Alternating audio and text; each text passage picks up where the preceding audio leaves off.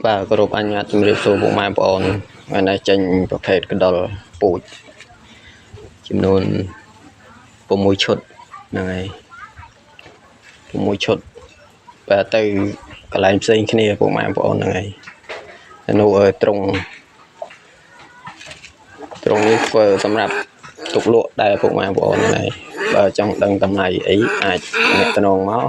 បើ ពួកម៉ែបងប្អូន ខ្ជិល កាច់ ខ្ជិល អី ហ្នឹងហើយ ខ្ញុំ មាន ត្រង់ នឹង លក់ ទៅ លេង ម្ចាស់ ថ្មី សុខសប្បាយ ហេង ពី ចម្រើន ទាំង អស់ គ្នា ហ្នឹងហើយ បាទ ពួកម៉ែបងប្អូន ត្រូវការ ភេទ កណ្ដុរ ពូជ កណ្ដុរ សាច់ អី អាច ទំនាក់ទំនង មក ខាង កសិដ្ឋាន ខ្ញុំ បាទ បាន ហ្នឹងហើយ ហើយ រាល់ ពួកម៉ែបងប្អូន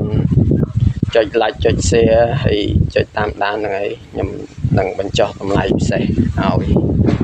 បាទ សូម អរគុណ ពួកម៉ែបងប្អូន អូ ផ្លេច បញ្ជាក់ នេះ គាត់ យក តកាប់ មួយ ដែរ សម្រាប់ ចាប់ កណ្ដុរ តកាប់ នេះ ខ្ញុំ ធ្វើ ខ្លួនឯង ទេ ច្នៃ ហើយ ពួកម៉ែបងប្អូន ខ្លះ ក៏ អត់ ចេះ ធ្វើ ហ្នឹងហើយ សូម អរគុណ បាទ